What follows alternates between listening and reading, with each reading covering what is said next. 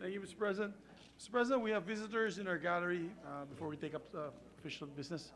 We have visitors of Senator Bongo. Congressman Jeffrey Kong-hoon is here, 1st District Zambales, together with Vice Governor Jay Kong-hoon of Zambales. We also have with us Governor Migs Villafuerte is here. Kaibigan natin yan. And may tokayo. And we have also our honorary consul to Dublin, Ireland, Mr. Raymond Christopher Garrett, and British community friend for the Filipino community in the United Kingdom, Malcolm Conlam, is here with us as well. And we have champion table tennis players, Al-J. Villena, and yes, Al-J. Villena, 12 years old, table tennis champion, are with us today, Mr. President. All right, we welcome our guests to the Senate. Thank you. Mr. President, I move that we dispense with the reading of the Journal of the 24th Session, Wednesday, September 18, 2019, and consider the same as approved. So moved. Any objection? Chair is none. The journal is approved.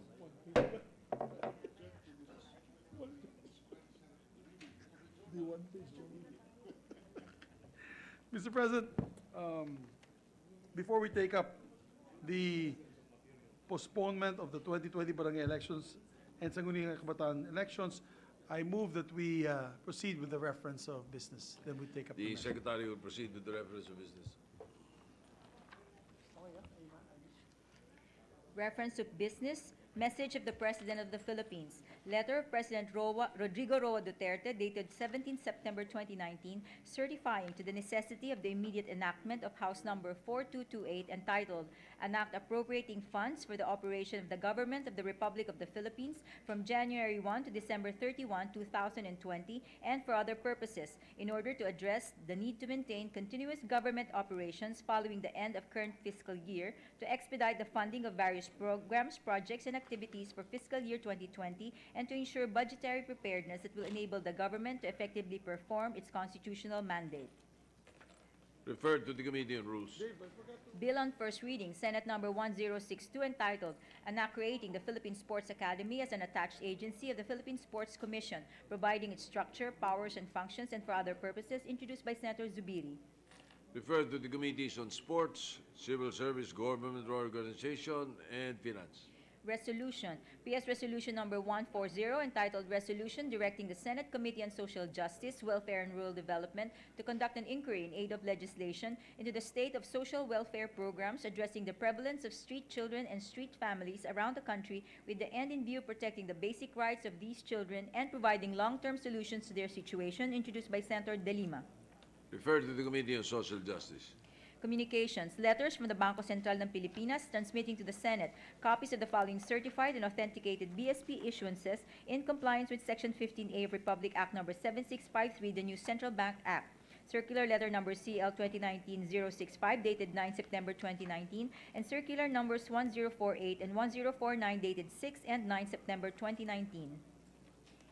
Referred to the Committee on Banks. Letters from the Office of the President of the Philippines transmitting to the Senate two original copies of the following Republic Acts, which were signed by President Rodrigo Roa Duterte. Republic Act Number 1141, entitled An Act Increasing the Bed Capacity of Corazon Locsin Montelibano Memorial Regional Hospital in the city of Bacolod, province of Negros Occidental. Republic Act Number 11454, entitled An Act Authorizing the Sale of Certain Parcels of Land in Barangay Cruz Naligas, Quezon City by the University of the Philippines to the Quezon City Government. Republic Act Number 11455, An Act creating two additional branches of the Regional Trial Court in the province of Sultan Kudarat, one each to be stationed in the municipality of Isulan and Tacurong City. Republic Act Number 11456, an act creating an additional branch of Regional Trial Court in the 3rd District of Zamboanga del Norte to be stationed in the municipality of Liloy.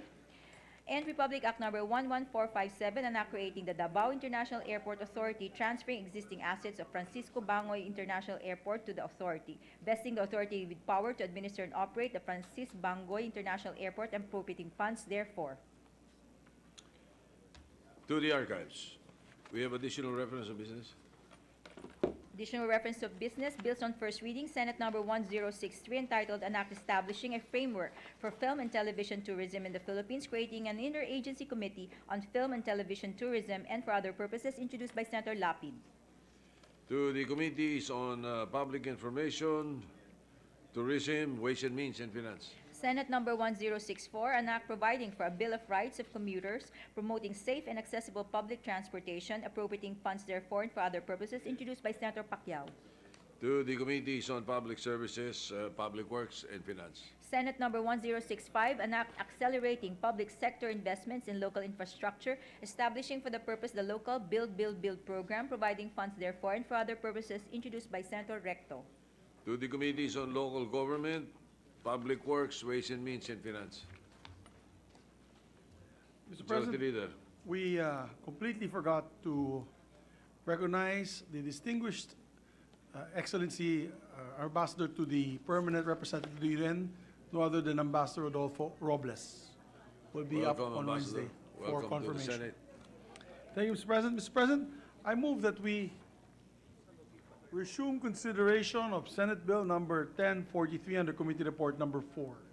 So moved, Mr. President. Any objection? Hearing none, consideration of the measure is in order. It's an act postponing the May 2020 Barangay and Sangguniang Kabataan elections. Mr. President, the status is in a period of interpellation. May we recognize the sponsor, the distinguished senator from Ilocos Norte, Senator Amy Marcos, and to interpellate the distinguished senator from Batangas, Senator Ralph Recto. Chairman of the Committee on Electoral Reforms, Senator Amy Marcos of Ilocos Norte and Leyte is recognized, and the gentleman from Batangas, Senator Ralph Recto, President Pro Tem, is recognized. Thank you, Mr. President. Thank you, Mr. President. Thank you, Majority Leader. Will the distinguished lady from Ilocos Norte yield to a few clarificatory questions? Gladly, Mr. President. Thank you very much. Mr. President, may I know from the distinguished sponsor, what is so important in postponing the barangay elections? What is so important is that the barangays and the SKs are at the forefront of the delivery of goods and services in the smallest unit of our country, and they are being deprived against the law of another year of their term of office. Given that the budget of last year was also delayed by 6 months, they have hardly any time to execute any of their plans and programs. Okay, so is that the principal reason why we are postponing the barangay elections? Yes, I think the principal reason is that we don't want to be in violation of the law, which states that a 3-year term be given to all barangay officials. But didn't Congress decide on this previously, and that's why the term of office of the barangay for this particular term is 2 years, because in the previous Congress, it was also requested that we extend the term of office to 4 years instead of 3. That is correct, although I was not a member of the previous Congress. And in fact, there have been consecutive postponements, 6 in the case of the barangay officials, 7 in the case of SK. Yes, correct. And it would not be proper to say then that we are in violation of the law, because it is an act of Congress. Is that correct? To that degree, it is possible that the case be made that it's not in violation, but in fact it violates 2 laws. The local government code in Article 43C is very clear that 3 years should be given to barangay officials, similar to other local officials. In addition, 9164, which regulates barangay and SK elections, also intends that 3 years be given to them. Okay. But as you said, in 2017, the determination was to set the elections 2 years, meaning May of 2020, under time indeed. Yeah. No, the reason for the extension in the last Congress was because there was martial law. And that's why we postponed the elections, and that's why the term of office is only 2 years. Now, assuming we pass this measure as based on the recommendations of the committee, wouldn't it also violate the same law that the lady is saying, because we're extending the term to 5 years? No, I think the Constitution does not actually provide for a term for barangay officials. It's up to, as you said, the Congress to determine the said term. I suppose that an extension of term is more a custom at this point, where we've had subsequent and consecutive postponements of these elections. So it is good for us to extend it to 5, but it doesn't violate the law. If it were 5 years, if it is less than 3, it violates the law. Is that correct? Mr. President, the recommendation is that we finally put a stop to these constant changes, make it predictable and reliable, establishing barangay and SK elections 1 year after national elections in the future, in all subsequent cases. Okay. We will get to that later, Mr. President. Yes. Mr. President, with the permission of Senator Ralph, I Yes, just want to with the manifest. permission of the two senators on the floor. The minority leader is recognized. I just want to manifest that Congress cannot violate a law by amending the law. We can only violate a constitution if the proposed measure that you are voting upon or approving is contrary to the constitution. If it is an existing law, regardless what that law is, it is within the plenary powers of Congress to amend that law. And to enact a law different from what is existing is not in violation of the law. Thank you very much, Mr. President. That is my Yes. position, Mr. President. Yes, and thank that's you, why Mr. President. The I did ask minority the leader questions, is yes. right, that in fact, we cannot be held in violation of the law, but 2 laws actually stipulate the 3-year term. Correct. And that is the position of this representation as well, Mr. President, as enunciated by the minority leader, that we are not in violation of the law. Nevertheless, the important issue is this, Mr. President.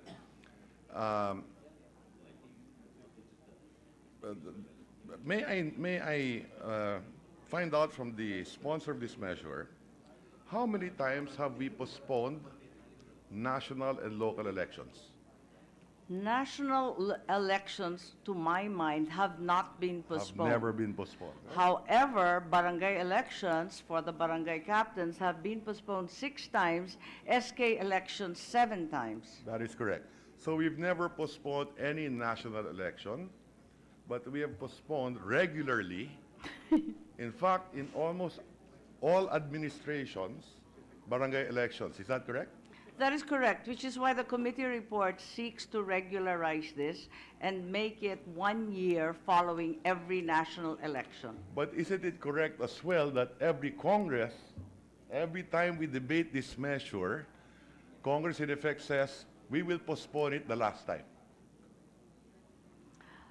I suppose so, and we indeed insert therefore a holdover provision to cover that. Correct. So I've gone over the records of all the postponements, Mr. President, and that would appear to be the, in every Congress, every time we postpone the election, everyone says this will be the last time. In fact, in the 17th Congress, the first bill of the 17th Congress was also postponing the elections. And the first bill being deliberated today by the 18th Congress is postponing also the barangay elections. That's Isn't that correct. correct? Once again, it Once was again. Senator Angara at that time who was the chairman of the Electoral Yes. Reform Committee. In fact, Of the Local Government Committee, in sorry. fact, in the 17th Congress, we postponed the elections twice. Yes, not once, but twice. Twice. And this would be the 3rd time. That is correct. And there's a saying, 3 times you're out. Strike, yes, po. You stricken out. Now, having said that, Mr. President, may I know from the distinguished sponsor, in the Batasang Pambansa, the first time we had a law on terms of barangay officials, how many years was the term of office of a barangay official? 6 years. Was it 6 years? That is Although we are correct. all claiming to be too young to remember that. Okay, in the Batasang Pambansa, the law creating elections for the barangay, the first, would the gentle lady know when the first elections for barangay officials, when did that occur? Was it 1982? That is correct, in 1982. And the term of office was for 6 years, is that correct? That is correct. It used to be 6 years. Okay? And the term would have been until 1988. 88. Yes. Yes, that is correct. Okay? And when was the first time we postponed the elections, Mr. President?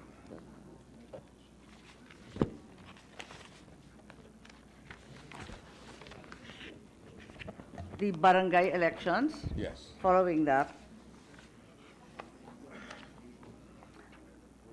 I think these are from May 1988 to November, November 1988 to March 1989, May 2000 to July 2002, Let's just 2005. start with 1982 to 1988 and from 88 to 89. So that's the first postponement. Twice pa nung May 88, naging November 88, at which naging 89 pa. Correct. Correct. Okay? And we extended the term by 1 year, in effect. Yes, that's correct. And the term from 6 became 7 years. Is that correct? Opo. Okay. What was the reason for postponing the election in 1988? I don't think I recall, as we were in exile at that point. Okay. Well, based on the records, Mr. President, the reasons then are very similar to the reasons today. And in all our debates previously, sometimes the reason would be masyado magastos. Election fatigue, because you had the elections in 1987. The first elections under the new constitution, and that there was insurgency. So this is the first time we postponed the elections in 1988. Now, the next election should have been in 1994. It was 6 years, because the term of office then was 6 years. Okay? And the second time we had the barangay election was in what year? 1989. Yes, March of 1989. March in According to 1989 my record. was our second election. So the term was 7 years, as we discussed earlier. And since the term of office of the barangay was 6 years, the next election then would have been in 1994. Is that correct? Yes, from 1988 to 1994, 1994. if Okay. the 6-year term had been Yes. followed. And were there elections held in 1994? From our records, no elections were held in 1994. Instead, May 2000 was the scheduled election. Yes. Let me correct the sponsor of this measure. There were elections in 1994. There were barangay elections held in 1994. I'm sorry, I was, was- still in exile. Yes, it was May 9, 1994, when you had the second barangay elections. And in 1992, because of the local government code, you had SK elections that's in correct. 1992. 1982, 1989, 1994, and 1997 Yes. were get to the that. elections of record. Yes, we will get to that, Mr. President. We had elections in 1992. The first SK elections, is that correct? Yes, that's correct. Okay. And at that time, because we passed the local government code, then the terms of office now changed. From 6 years, 3 years na yung barangay election ng terms of office of the barangay official, and you have already SKs every 3 years. Is that correct? That's right. Now, during that time, there was no synchronization of elections between the SK and the barangay. Hindi pa It- synchronized. It doesn't appear to have been synchronized. Okay? And that's why you would have a national election, then an SK election, and then a barangay election. It's not synchronized. So magastos ang eleksyon. Taon-taon meron. Yes, that was the sense, that every year, the whole country had an election. Okay? So almost every year you would have an election. Okay? And later on, in 1996, you had the SK elections. In 1997, you had the barangay elections. Okay? And then you had the first synchronized election in 2002. And that's why you had postponements again to have a synchronized election. So the first term was 7 years. 6-year yung term, na-extend by 1, naging 7. Naging 7. The second po. election, 89 to 94, is 5 years. The following was 3 years. And then you extended the term again from 3 to 5. And on the fifth time, from 2002 to 2007, 5. And then in 2007 to 2010, that's 3. 27 to 2013, that's 3. And then on the 8th, 2013 to 2018, that's another 5 years. Opo, I agree with you po. Paiba-iba po. Okay. Why? Because Congress kept on postponing the elections. At yung dahilan, in most cases, if not all, masyadong magastos yung halalan. Parati nga po yan ang naririnig natin. Right? Now, not only for the government, but also for the politicians, I suppose. Tama po yun. Talagang magastos Not sa only atin the lahat barangay yan. officials running for office, but those supporting the barangay officials. Opo, although Which could be- officially non-partisan ang Yes. ating barangay officials. That is correct. Kunwari, But kung Mr. minsan. President, I think the distinguished sponsor and I will agree that all elections are partisan. It's an election. It It must is be clear partisan. that it's a political exercise. Correct. There's no need to quibble about partisan or non-partisan, Correct. party or non-party based. At the That's end of the correct. day, it's a clearly political exercise involving the division of power. That is correct. Now, how many years have we had the barangay system? From 1982 to the present, that's about 36 years. That is correct. If we count even previous to that, we had the Kabataan Barangay and the previous barrios Yes. and barangays. But I'm just starting from 1982. And having said that, then the average term of the barangay Has would be more than 3 years, more than 4 years, almost close to 5 years. That's correct. If we average it out, that would be the Average number. it out, right? Okay. Now, in all these postponements, there must have been a cost to government.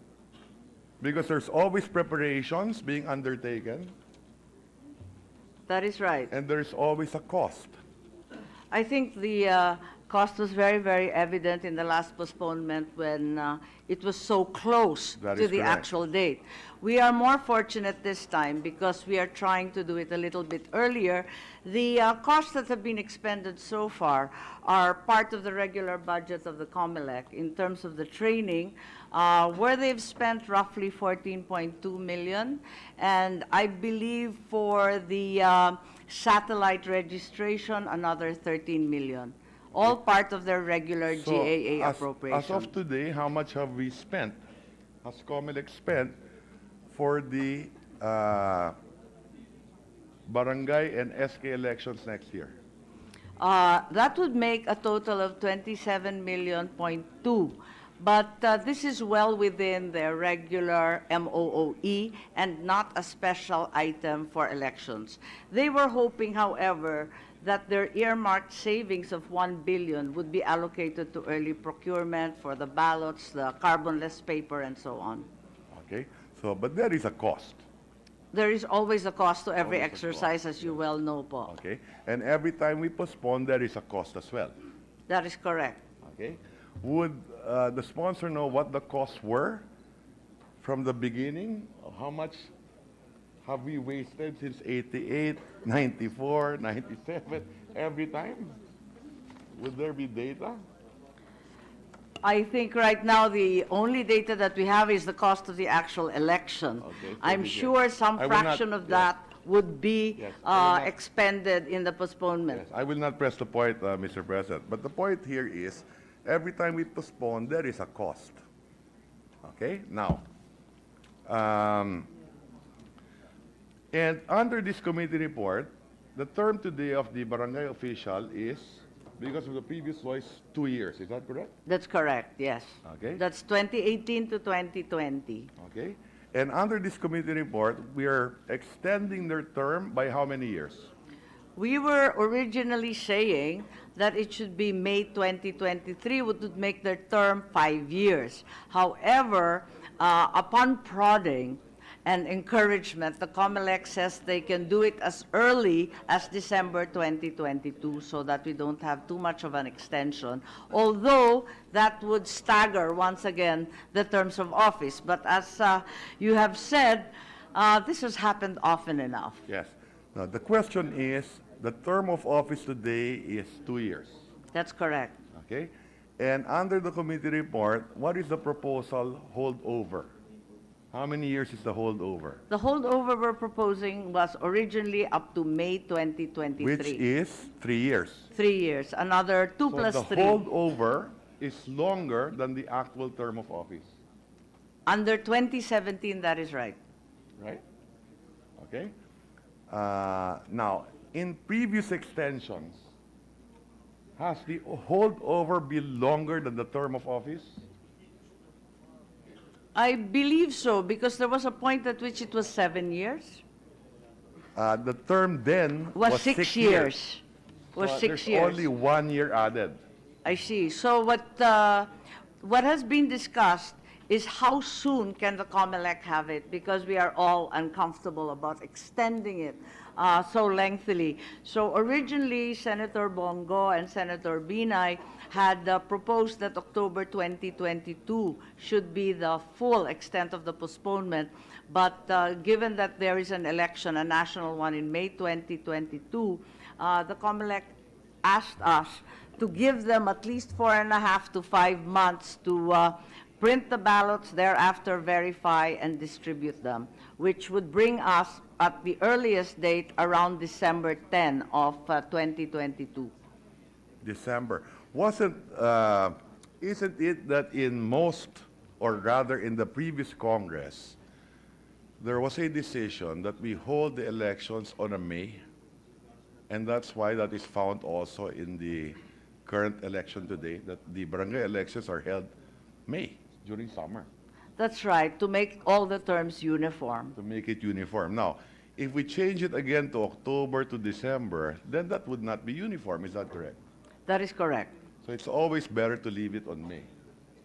The committee report recommends that it should be in May of 2023. Yes, but the problem with that is that we're extending the term longer. The holdover will be longer than the term of office of the barangay official. Ang haba-haba na nga Sobrang po. haba, no? Ang swerte na nga nila. Okay. Jackpot na rin Yes, yung mga yes. federation And na I wanted to get to that ex-officio. point, Mr. President. Whenever we postpone barangay elections, who benefits, Mr. President? I imagine the sitting officials. So first, it will be the sitting officials because their term is extended. Now, how many voters do we have for the barangay? For the barangay elections, we are considering that perhaps 84 million All told? That or perhaps even more.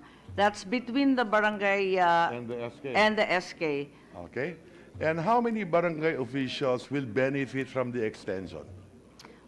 There are 672,448 positions up for grabs. Okay.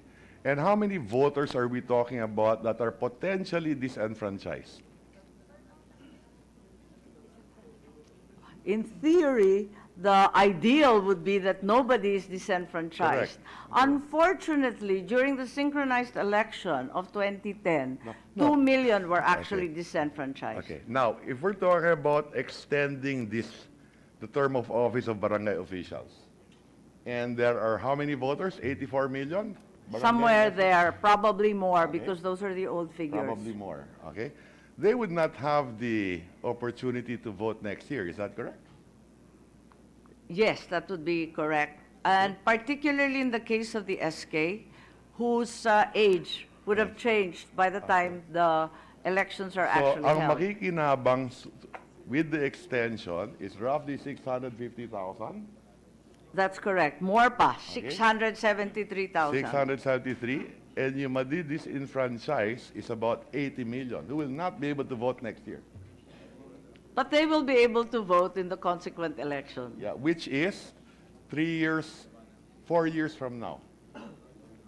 2023. 2023, 2022, depending on what the chamber decides. Yes, okay. So that is the point, Mr. President. No? Now, ideally, we do not postpone elections. Is that correct? Definitely. Regularity and predictability is one of the elements of fairness. And here we've seen that we've always postponed elections, almost every administration, barangay elections. That's correct. It's become a bad habit. It's a bad habit. And every time we do that, we say this will be the last time. Yes, promises made to be broken. Okay? Right? Okay.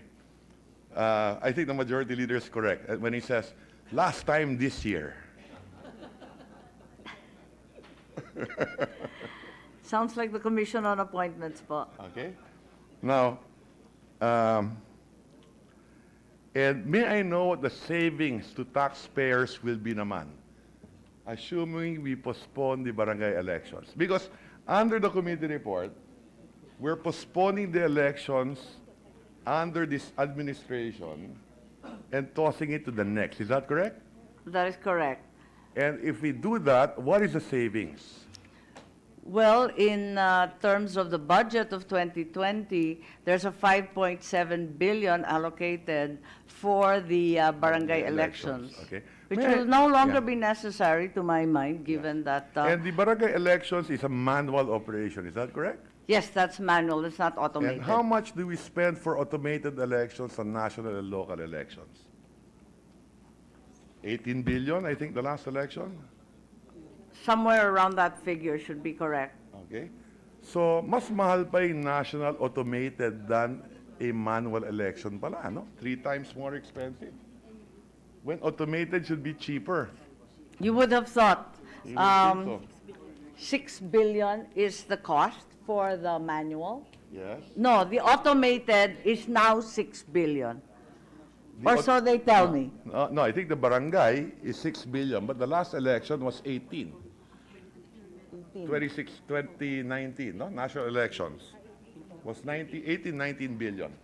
I think the budget officer of COMELEC, having totted up the figures, now says it's in fact 18 for the automated national election. Correct. That's what I just said. Roughly Tama. 18 Tama billion. po kayo. Correct. Mali yung sinabing 6 billion. Okay. And the barangay is roughly 6 billion. That's correct.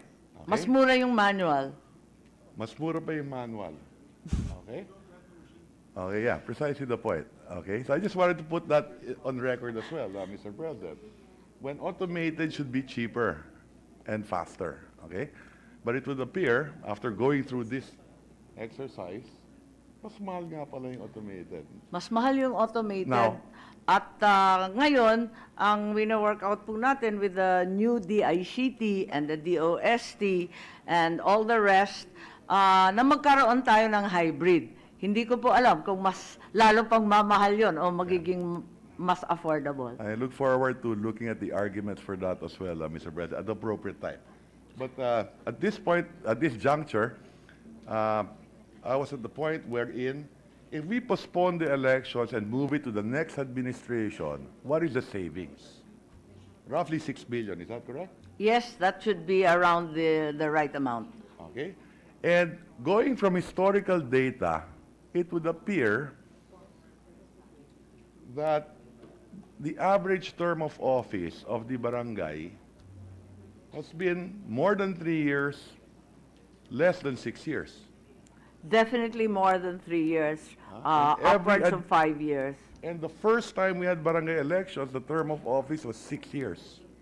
Dati po, tama. Okay?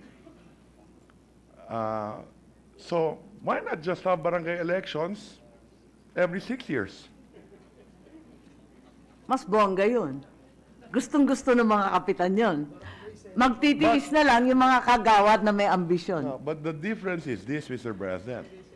If we decide to do that later for the savings, and if we're looking for more resources, and if we think every time now we keep on postponing it, Totoo. and apparently we don't want to have elections every 3 years. Why not make our minds up and use that saving to spend for, I think one of the priorities of the President is the Magna Carta for barangays.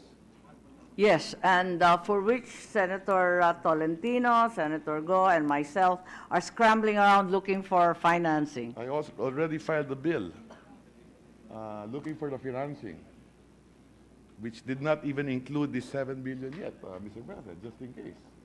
Now, so there is Matutuwa yung available- kapitan kapag naging barangay senator na sila, hindi na barangay kapitan.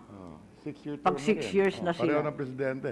Which incidentally, whether it's the president or the barangay captain, we're all casuals. True? We have a 6-year term. Di ba? Correct? Okay. Now, the difference is that today, isn't it that the barangay officials have a contract with the people? Meaning to say, their term of office is 2 years.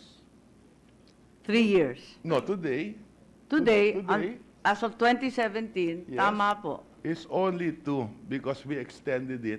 Yung 3 ginawang 4, kaya yung natitirang 3, naging 2. Tama po, Right? kaya lang, ang their pagkaintindi nila, contracts- 3 years talaga.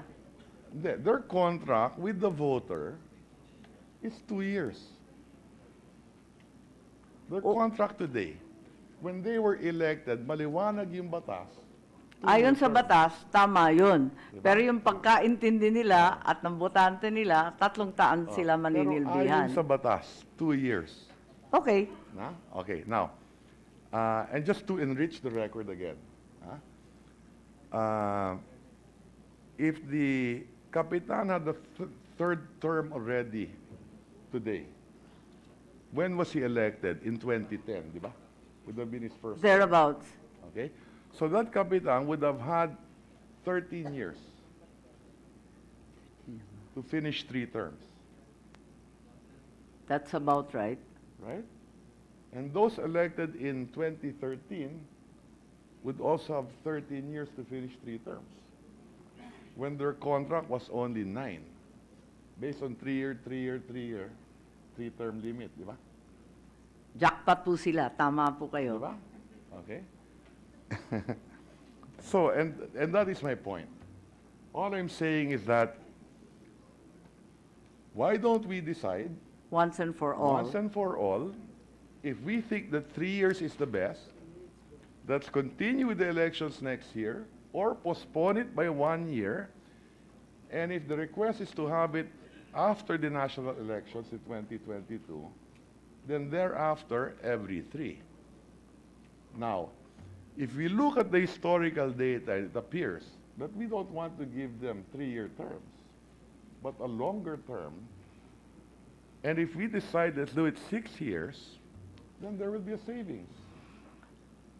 And I- that savings we can use for many other things. But then there's certainty in having elections. But in the meantime, let us respect the contract that our electorate has or have with the barangay officials. Ang maliwanag na pulong ay 2-year term sila ngayon. Parang hindi naman tama na we extend ang holdover ay 3 taon. Mas mahaba pa than the term that they were elected to serve. That's all the point I'm trying to I raise, think these Mr. are President. valid points, and certainly at the forefront of the delivery of goods and services, there is a case to be made for having a longer term, upwards of 3, 4, 5 by experience, and even 6 years po. Matutuwa po yung kapitan niyan. And I suppose there will be certainty at the same time. There will be a savings that we can spend for the Magna Carta for barangays. if at There all. we go. As well as the salary standardization, Of local as well government as the units, completion of agrarian land reform, and so on and so forth. Yes.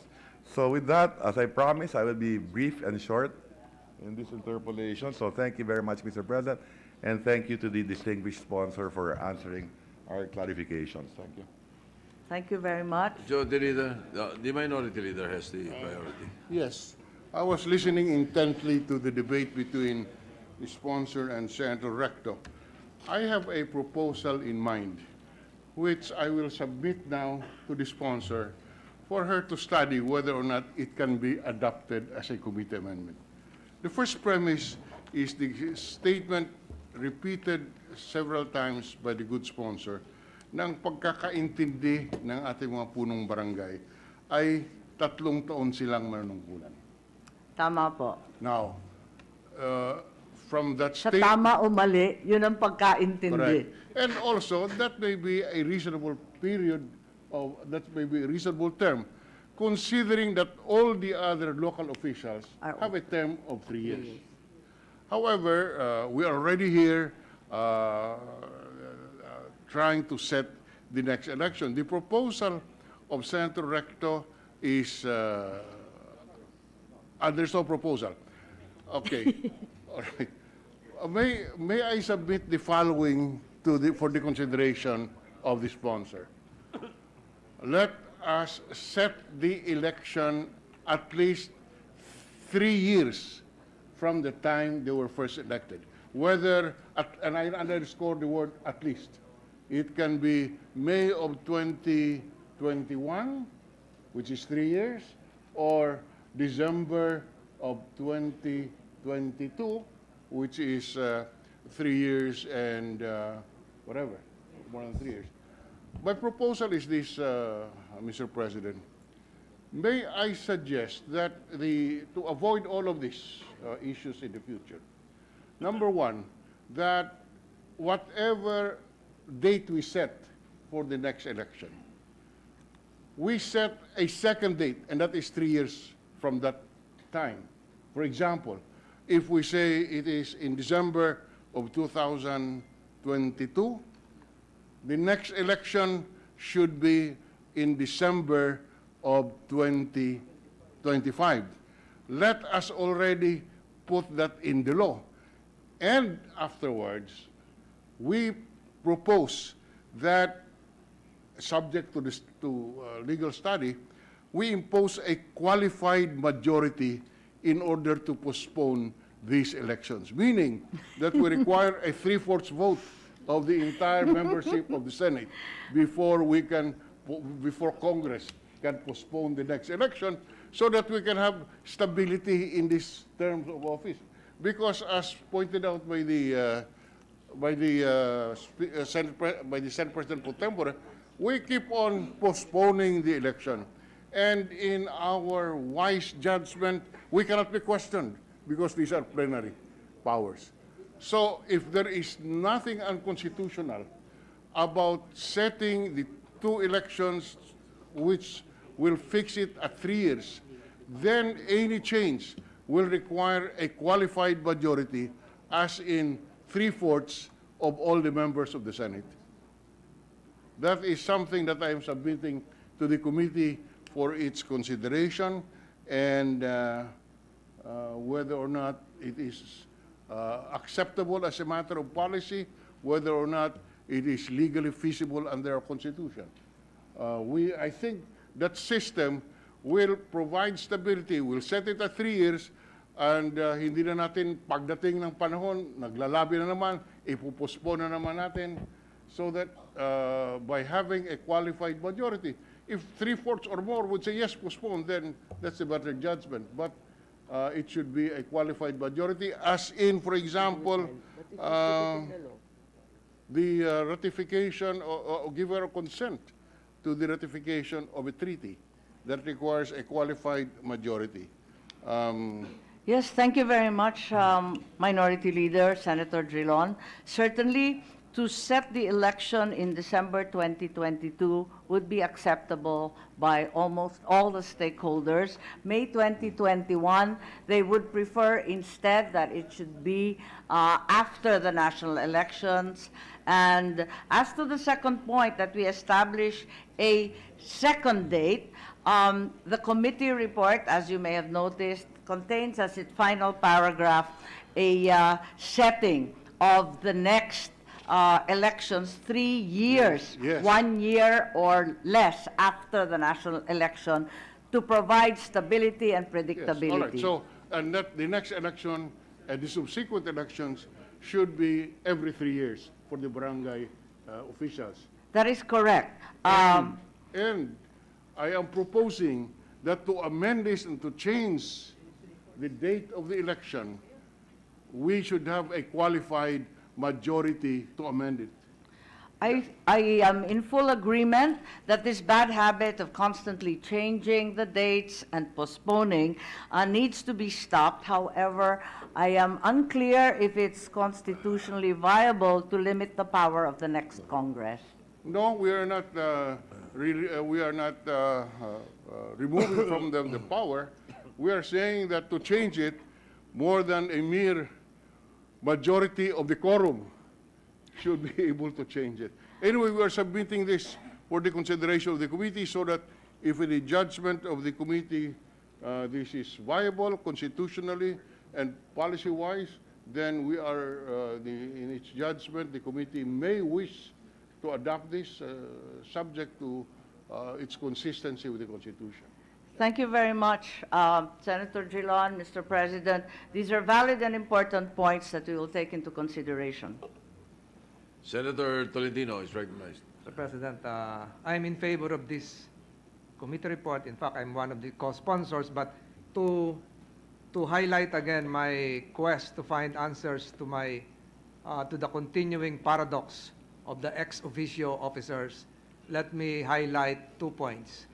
One, Mr. President, if, for instance, the ABC president of Badoc, Ilocos Norte, Barangay Captain Juan de la Cruz, is a barangay captain of Poblacion, Badoc, Ilocos Norte, and is also the ABC president.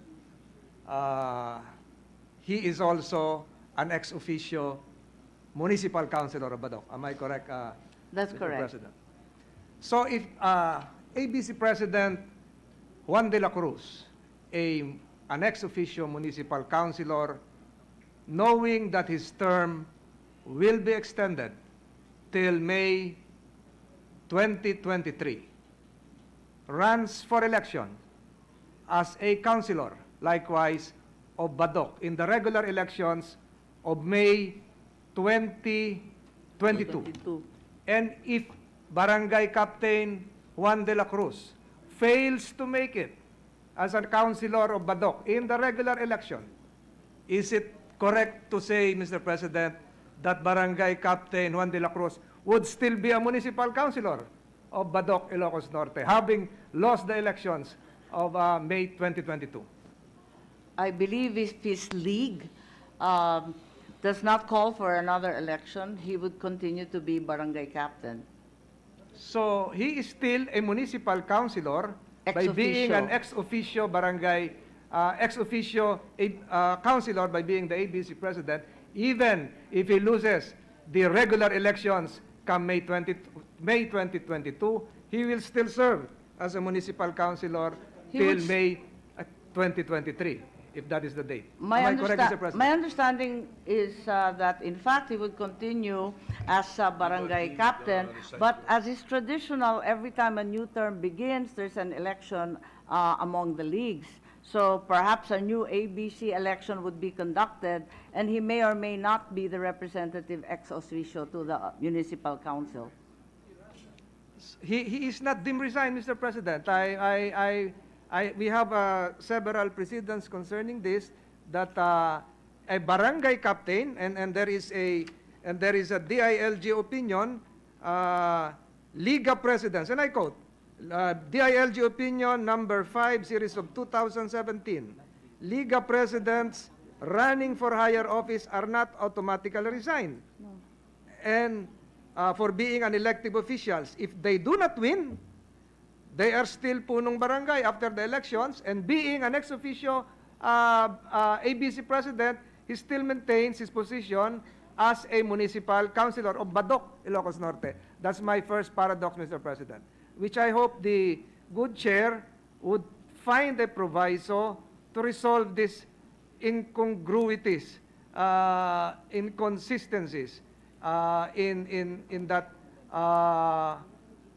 the situations of ABC presidents. Another paradox, Mr. President, although this has been resolved in part by the IRR of the local government code, and I continuously oppose this because the IRR, the implementing rules, would now run in conflict with the local government code. Let me quote, Mr. President, Section 494, ex officio membership in Sanggunians, and I quote, the duly elected presidents of the Liga at the municipal, city, and provincial levels, including the component cities and municipalities of Metro Manila, shall serve as ex officio members of the Sangguniang Bayan, Sangguniang Panlunsod, Sangguniang Panlalawigan, respectively.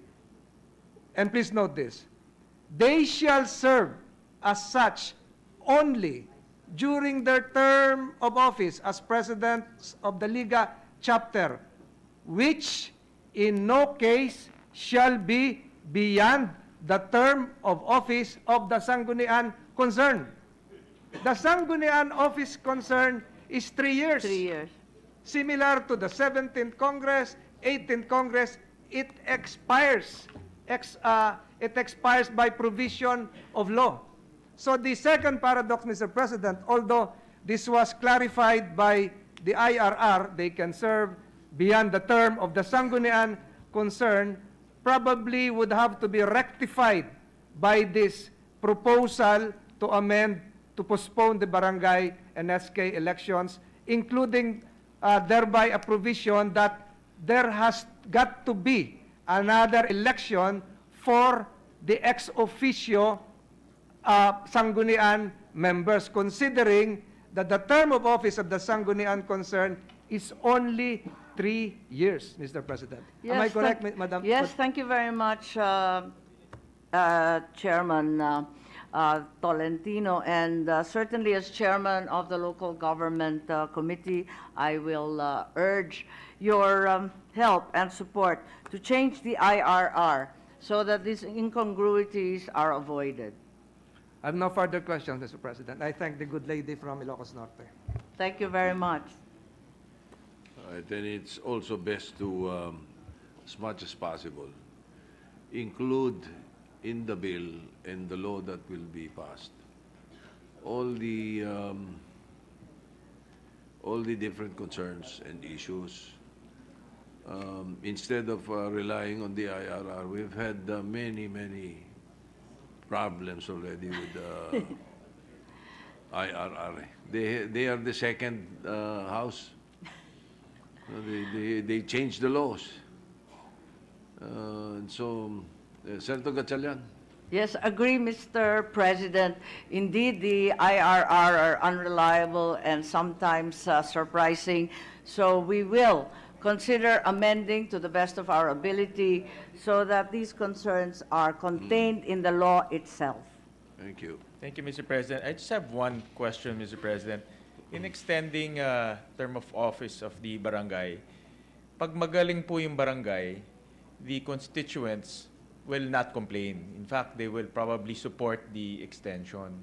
Sigurado yun. Diba ho, Tama good yun. sponsor. If the barangay captain is not performing or is corrupt or is not doing anything to the benefit, Or may ambisyosong kagawad. or may I think I want to focus on the performance of the barangay captain.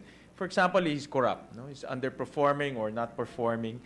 I want to ask the good sponsor, what are the mechanisms to discipline underperforming or corrupt barangays, Mr. President? I think that falls squarely under the DILG right now and the office of the mayor concerned. So the office of the mayor can investigate the barangay captains through the Sanggunian.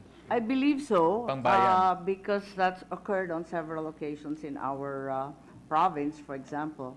Okay, so the LGU, through the Sangguniang Pangbayan or Panglunsod, can investigate the barangay captains. Yes, and I believe some barangay captains, like some mayors, have been suspended as a result. Can they remove erring barangay captains? Can they remove underperforming barangay captains through the LGUs? I'm not certain if underperformance would qualify as a ground, but they certainly can remove barangay captains, and it's occurred in the past. For corrupt barangay, if proven that a barangay captain has is corrupt or has I believe so. I think there have been corruption cases and criminal cases and even incidents when they were included in the narco list. can the DILG investigate barangay captains by itself? And to continue, can DILG remove an erring I think barangay with the captain? Duterte administration's institution of the hotlines, no one is immune from investigations, and all public officials can be reported and investigated accordingly, But can even they- by anonymous call. But can the DILG remove the barangay captain? If proven that the barangay captain, for example, is embroiled in illegal drugs, can the DILG by itself remove the barangay captain? I think an investigation and a court case would have to be initiated, at which a conviction would probably have to occur. How about the Office of the President, Mr. President? The Office of the President, I know, can investigate any local government unit. But can they remove a barangay captain? To the best of my recollection, they may suspend. They may suspend. They may DILG suspend, may suspend. but I do not recall. Removal will have Yes. to undergo A case. yes, A court action. Court action. Sa So palagay both- ko, marami nang nasususpend, pero wala nga akong naririnig na tinanggal. Tinatanggal. How about the Ombudsman, Mr. President? Can they remove, they can suspend, obviously, but can they remove erring barangay captains? Sa palagay ko, kung may conviction, matatanggal yun. Kung may A conviction definitely, but I think the question of the gentleman is if there is no conviction yet. So both the OP... Parang wala. Ang alam ko lang, preventive suspension, pagkatapos nun, masususpenso. Pero yung tinanggal ng permanente, wala pa akong naririnig eh. So kailangan ng court action in all cases, Mr. Yun ang President. pagkaalam ko. Kasi maski nung inanunsyo yung narco list bago mag-eleksyon, sabi nila DILG will file the appropriate cases. Okay, so the LGUs also, do they need court action to remove?